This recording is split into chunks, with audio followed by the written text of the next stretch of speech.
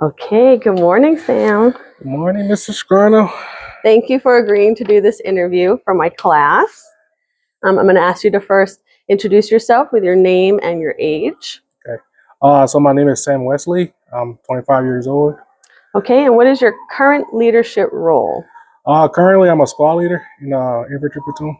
An infantry platoon? Yes, ma'am. In what branch of the military? U.S. Army. All right.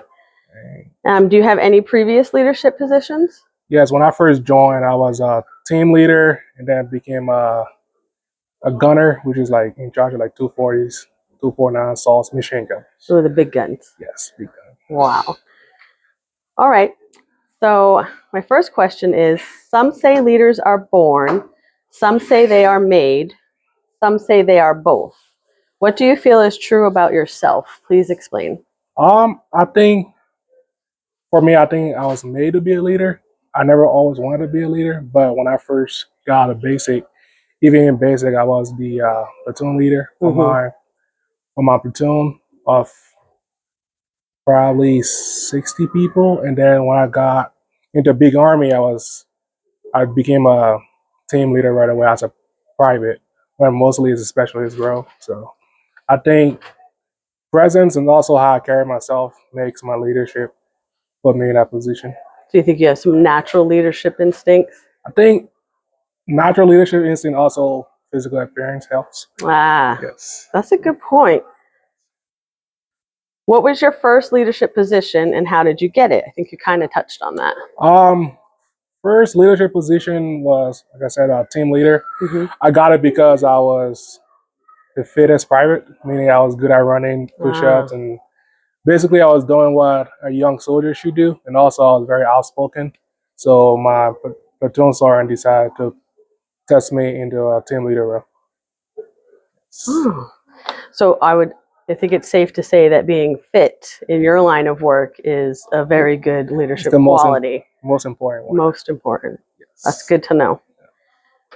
What are some challenges you faced when you first started leading others?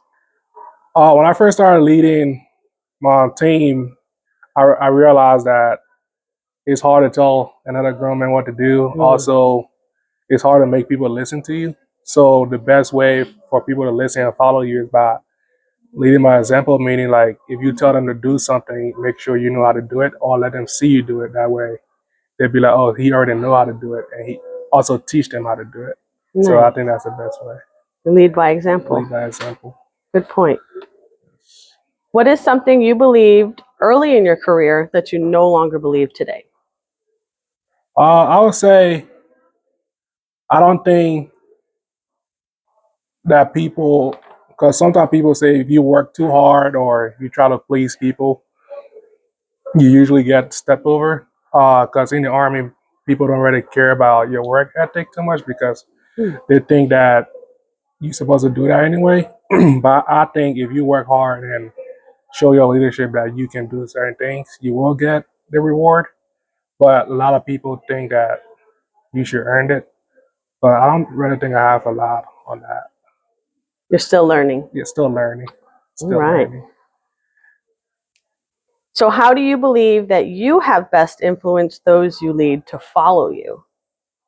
I would say how I carry myself, also how my personal life is. Like I'm one of, I won't say youngest in my platoon, but I'm like a junior level leader. Also, I'm married. I have a pregnant wife. I have a car. I have a not a own house, but I have a duplex. So I'm doing something that all my peers want. They want to get out of bed. They want to get married. They want to have a girlfriend.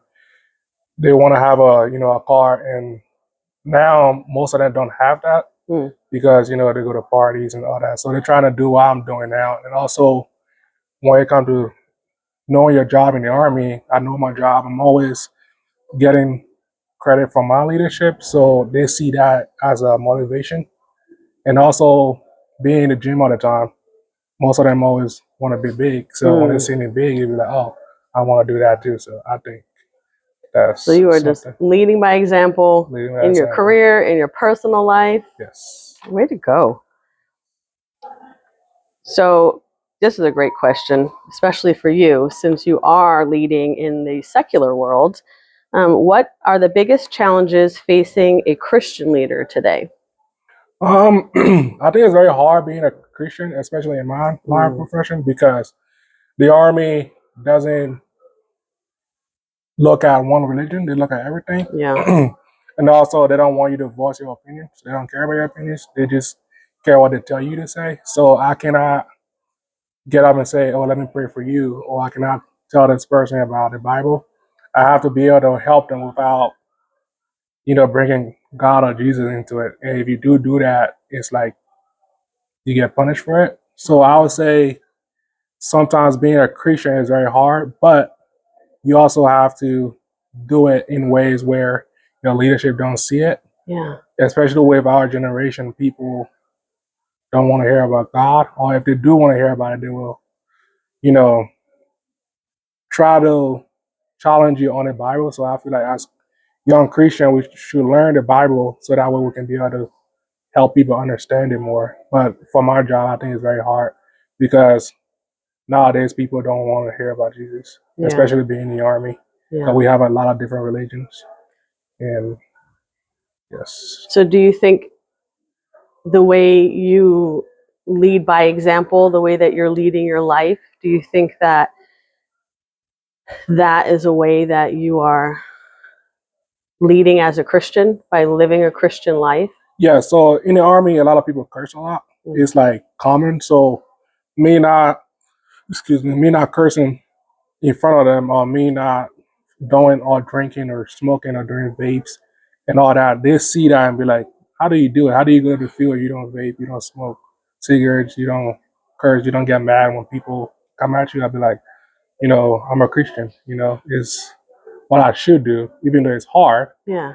It's very hard to like, fall asleep, instead of be sleepy and not use maybe nicotine, or if somebody's cussing you out, not cuss at them. Very hard. So they see that as like a good thing. And a lot of people tell me like, hey man, keep doing what you're doing, because they try to do that. Oh, maybe like I go to the DFAC and I pray before I eat. People always tell me I want to do that too. I need to start doing that. So I think it's very good to be a Christian while in the army. Way to go, Sam. Yes. All right, here's a tough question. Have you ever made a leadership mistake you learned deeply from? What happened, if you're willing to share? I once so usually as a squad leader, you're supposed to check everybody's weapons and see if they're doing the right thing. So one day one of the weapons got jammed at 240, and usually when a 240 gets jammed, you have to fix the problem. But as a squad leader, I'm supposed to fix it, but I trusted my private to fix it, but which is something you shouldn't do. And he told me he fixed it, but it wasn't fixed. So the somebody else went to pick it up and the round went off in the track, and that was a live round. So I got in trouble for that. So I'll say as a leader is like you have to always be on guard, especially if you're around, dangerous stuff that could hurt people, and always check people even if you trust them. Yeah. Because how you would do it, that's not how somebody else would do it. Right. So that way you don't get in situations like that. Wow. Yes. That's a great lesson. Yes. I'm glad nobody got hurt. Nobody got hurt. Yeah. What does servant leadership mean to you, and how does it relate to your current position as a leader? I think servant leadership is very important because you always want to help people achieve their goals and get better at their jobs. So even if you know everything, you help that person get to where you are, because I'm not going to be in the army forever. I'm going to get out whenever the right time is. So you want the next person to learn the job how you learn it or better. So because the army doesn't have a guideline or a specific way to do things, everybody do things differently. So I learn from somebody else. So it's like a pathway. So I think you, as a leader, you should be a servant leader, like helping other people get better in life. Maybe it's personal, maybe it's just work and stuff like that. So just helping people. That's a great answer. Yes. All right. What did you wish you knew before becoming a leader, and why? I think before becoming a leader, I wish I knew that I had to be up early at night, getting called for my first one or 2 in the morning. I have those escort soldiers on the weekends or whenever they call, I had to help, give them rides. I had to maybe sometimes spend my own money or do things that other people don't do. Maybe everybody else get up at 1300, I'll stay up to 1600 because that's the job of an NCO or sergeant in the Army. So I think before that, if I knew that prior, I'll probably still be where I'm at, but maybe prepare myself for it. Like the last couple of weekends, I had to, work extra days because I'm one of the few NCOs that are on rear D. So yes. I think a lot of those things you just said would go with the question before that about what it means to be a servant leader. Right. So you are definitely embodying that. All right, last question. When other people look back on your leadership, what do you hope they remember? I'm always trying to be a nice guy, so hopefully they remember that I help a lot of people. I was always leading by example. Always ask questions, ask their opinions, even if I already know it, or also ask them for help because I don't know everything. It's the Army, we never know everything, or even in life, ask other people for help, and also being known as a Christian because everything I do is for somebody to see me and be like, oh, he's probably a Christian or he's doing the right thing. So I think as a leader, the most important thing is for people to say I led by example. Also, I led how God want me to lead as a Christian. So I think that's the best way. That's a great answers, all of them, Sam. Thank you so much for sharing. I think all of your answers were very, very thoughtful and valuable, and they're definitely giving me a lot of insight into some different areas, and they are helpful.